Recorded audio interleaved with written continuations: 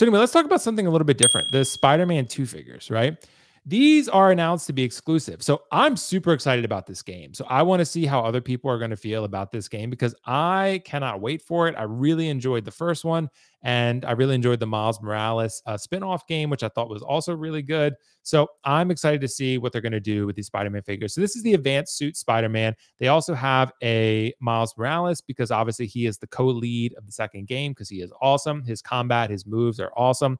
And his character is awesome. So they got him and they got Peter Parker. They have not announced the symbiote version yet, but you can see what they did was they made these limited edition. They actually have more of these worldwide than Sideshow is actually going to be carrying, but Sideshow is going to be carrying 500 of the Miles Morales. And then it was, let's see here, the 1,000 of Peter Parker, right? So I know there's 3,000 Peters worldwide. And then I think there's 1,500 Miles worldwide, right? So yeah, Sideshow's getting about a third of the overall distribution effort. So, Kiko, does exclusivity make sense for these two figures? Because this is different. These are main characters of a franchise, and they decided to go exclusive for these two. What do you think? I mean, is this the wave of the future here? Does exclusivity make sense for these two?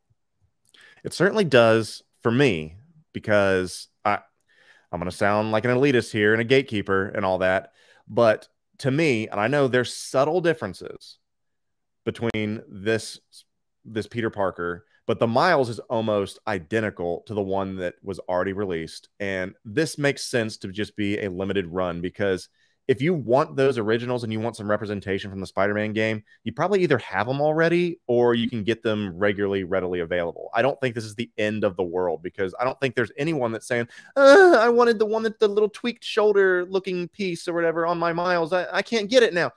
You can go and get either of them, whether that's Bodega Catsuit or the other one that's got like the little snow toboggan. Take the snow toboggan off. It's the exact same figure, almost to a T.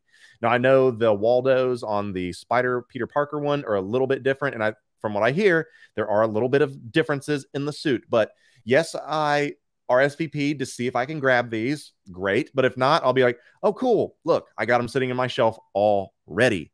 But that's what it comes down to this. And I think that they know that if they end up doing the symbiote suit, that's the one that everyone is going to rush out for. Because if you're have only minor differences on a suit moving from one franchise game to the next, how many people are going to buy two of these and put them in there if they look identical? They're like, well, the game didn't change that much. We need to put something out. Let's just limit these figures, because I think that's going to be the smarter move. Because you could probably, with the average person, I understand there's some diehards out there, but for the average person, you can get the suit version 1.0 from the first game, put it next to it, and the average person would have no idea the difference between the two. And that's okay. Let that be an exclusive for those that are diehards and really want the upgrade for Spider-Man 2. Now, I know a lot of people are saying as well that, oh my goodness, the suit is different. You can be more posable, all that stuff. We don't know that yet. And it looks rubbery to me. Some people are saying it's like the stretch fabric. It doesn't look that way to me. I've seen all like the secret base, like pictures and all that stuff. It looks the same type of stuff to me. Maybe I'm completely wrong. Yeah, you get a couple other accessories. And I know there's a little more blue down the sides. He doesn't look like he's wearing overalls in this version. But you know what? I got the original. I got the original Miles. It's not going to break my head if I don't end up getting, the 2.0s. Be cool if I do, but it's not going to be the end of the world for me. So that is exclusivity. And everyone's got these already, in my opinion. Yeah, and this is a tough one because, Kiko, I do see the upgrades as far as this Advanced Suit Spider-Man, because I know you have it. I had that original Advanced Suit Spider-Man because I love the game, and I sold that figure at one point because I was thinking, well, I can move on from it, right? But if I end up getting like the second game and really, really loving it, maybe this is a figure I do go back and go searching for, because I have a video game display where this Spider-Man would look great in, right? But I don't know, man. I do see the upgrades on the Spider-Man. I'm having a little bit of a harder time seeing the upgrades or the differences on Miles, right? I think and looks also no head sculpts either. Right. Yeah, no likenesses. But I guess they're video games, so you would have to do sort of like what they did maybe with Into the Spider-Verse or something similar, maybe a little more realistic. But I don't know. I mean, I do see why they went exclusive here. The reason I think they did that, honestly, is because they were worried that maybe these two might not sell in the volume that they wanted to, and making them exclusive is going to get more sales than maybe you would have gotten if you just left it wide open, right? I just think again, there's so many figures, bro. There's so many figures out there, and there's so many Spider-Man figures. And as great as these characters and great as these suits are, a lot of people would look at this and be like, well, that one is better, but I already have it, or I already have enough Spider-Man, or I have other priorities, right? But you put this exclusive tag on it, and now you got people's attention. You're like, oh shit, do I want this? And they'll just get it because then they'll decide later, right? That's why. So I think this was honestly a good move. I think to make it exclusive like this, you got people's attention. Now people are going to buy it for the people who want it. And then the people that don't are going to obviously be upset. But, I don't want every figure to be exclusive, but I do like that Hot Toys is trying to, because they got to bring more value back to their brand a little bit. I mean, like, look, they just do. They don't want to become Funko Pop.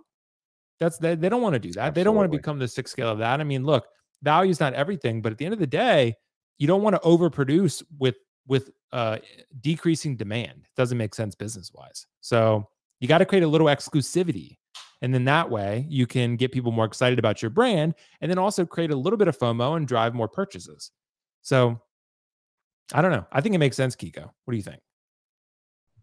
Yeah, and so with that being said, for the people, you nailed it when you said with the market and with everything that's out there, if you already have the first one, if it was a wide release, most people would say, do I need to upgrade at this point? Because as you said, everyone knows if they have to get the upgrade, they're not going to be able to move the other one without taking a massive loss as well. So I think you're really onto something there, is that the exclusive tag is at this point a very smart business decision to make sure that you drive hype, as you said, make sure the product is sold, and don't paint yourself into a corner. I think you nailed that, man. I think so too.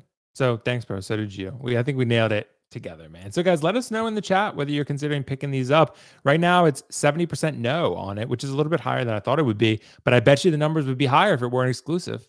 I can tell you that, that exclusive tag gets people's attentions. I always give the example. I mean, it's not exclusive so much, but like when you shop, it's like a buzzword. So when you shop at the grocery store and you see organic, people just go for it. They just 100%. It's just the same thing. It's the same, it's in terms of exclusive. It's like, oh, exclusive. I don't want to wait then. Like it's rare. So that's why they want to get that, because look, we and everyone else have been preaching the no PO strategy, right? And Sideshow and Hot Toys want to get away from that. They want to incentivize you to pre-order.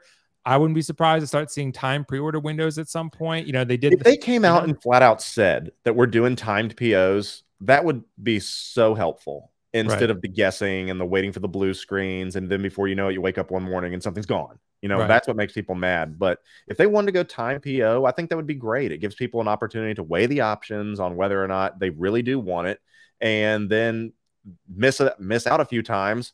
It will change your collecting strategy moving forward if that's the way it needs to go. So, well, dude, I actually wanted to say too, I actually kind of liked what they did as far as the thank you so much, Josh. We'll get to that super chat in just a sec. I actually kind of liked what they did with the timed exclusive, the exclusive ones, where they say, okay, you have a week to PO this, right?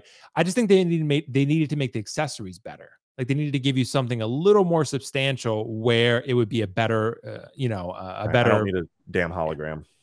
Oh yeah, exactly. I did get the Darth Vader though, because I was like, I don't even really care about that hologram, but I do want that exclusive version for the Darth Vader. So I'm glad my waitlist converted on that one. But yeah, I mean, look, you got to drive pre-order somehow, because if they had not given an exclusive Darth Vader like that, even with the hologram, I probably wouldn't have pre-ordered. I would just wait.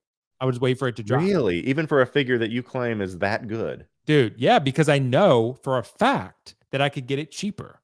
I know for a fact, virtual certainty that figure will eventually be discounted. Like, I don't know.